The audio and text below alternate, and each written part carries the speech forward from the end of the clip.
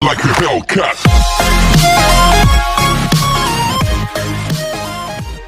Hello everybody, welcome to my YouTube channel. Let's move towards sky. तो आज जो है सिविक्स का चैप्टर 1 जो हमने एकोमोडेशन इन बेल्जियम तक खत्म कर दिया था, उसका नेक्स्ट टॉपिक है why power sharing is desirable.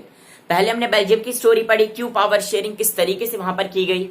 फिर हमने श्रीलंका के बारे में पढ़ा, वहां पर पावर शेयरिंग नहीं हुई तो वहां क्या हुआ, सिविल वॉर हुआ। तो अब हमें एंड में क्या आना है, क्यों पावर शेयरिंग एक कंट्री में होनी चाहिए, why power sharing is desirable. Simple सी भाषा में कहें तो क्या एडवांटेज होते हैं पावर शेयरिंग के। तो दो रीजन दिए जाते हैं कि ये एक पहला रीजन है प्रूडेंशियल रीजन।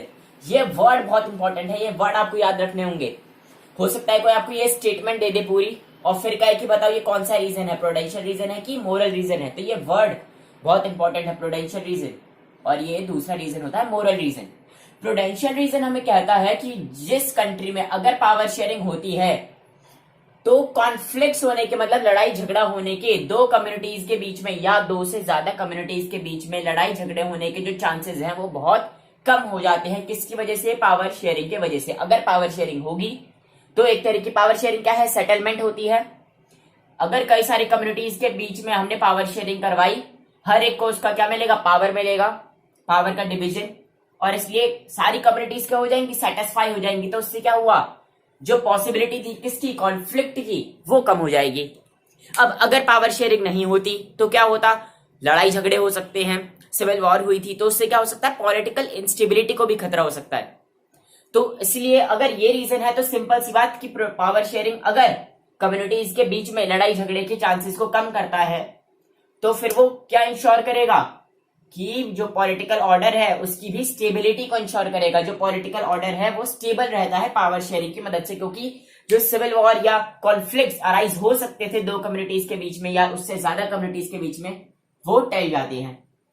और इसी वजह से पावर शेयरिंग क्या लाता है, कंट्री में बेटर आउटकम लाता है। पावर शेयरिंग की मदद से, सिंपल पावर शेयरिंग की मदद से लड़ाई झगड़े कम्युनिटीज के बीच में टल सकते हैं, जिससे पॉलिटिकल स्टेबिलिटी और ज्यादा अच्छी हो जाती है और क्या आएंगे, कंट्री में बेटर आउटकम्स आएंगे। बस ये कौन सा रीजन है, प्रूडेंशियल रीजन। प्रूडेंशियल रीजन वो होता है मतलब कि क्या होगा आगे जाकर, क्या होने वाला है, लॉस और गेन का ध्यान रखते हुए जो काम किया जाता है उसे प्रूडेंशियल कहते हैं। तो इसमें क्या हुआ कि पावर शेयरिंग फ्यूचर में जाकर क्या करेगा, हमारे कंट्री के लिए बेटर आउटकम लाएगा, इसलिए हम पावर शेयरिंग करते हैं, इसीलिए हम इसे प्रूडेंशियल रीजन कहते हैं। दूसरा रीजन है मोरल रीजन। दूसरा रीजन कौन सा है, मोरल रीजन। मोरल रीजन क्या कहता है कि पावर शेयरिंग क्या है, स्पिरिट है किसकी, डेमोक्रेसी की। अगर डेमोक्रेसी है तो पावर शेयरिंग होनी ही होनी है। अगर पावर शेयरिंग नहीं है तो इसका क्या मतलब है कि सारे डिसीजंस कोई एक ही ग्रुप या कोई एक ही जना ले रहा है। डेमोक्रेसी हम किससे कहते हैं कि जो डिसीजन लेने वाला है उसके पास भी पावर है क्योंकि वो डिसीजन ले रहा है, मगर जिसके ऊपर डिसीजन लागू हो रहा है उनके पास भी कोई ना कोई पावर हो, वो भी क्या कर सके, पावर कर सके। तो एक लेजिटिमेट गवर्नमेंट मतलब एक डेमोक्रेटिक गवर्नमेंट, एक अच्छी गवर्नमेंट क्या करेगी, अगर वहां पे डेमोक्रेसी है, अगर वो एक डेमोक्रेटिक कंट्री है तो पावर शेयरिंग वहां पर होगी ही होगी। अगर पावर शेयरिंग नहीं है तो हम उसे डेमोक्रेसी नहीं कह सकते, then it will not be a democracy. और उसके बाद क्या है कि डेमोक्रेटिक रूल क्या होता है कि जो डिसीजन ले रहा है उसके पास भी पावर हो, मगर जिनके ऊपर वो डिसीजन लग रहा है उनके पास भी पावर हो, उसे हम डेमोक्रेसी कहते हैं। तो क्या हुआ, पावर की शेयरिंग हुई। इसमें भी क्या हुआ, पावर की शेयरिंग हुई।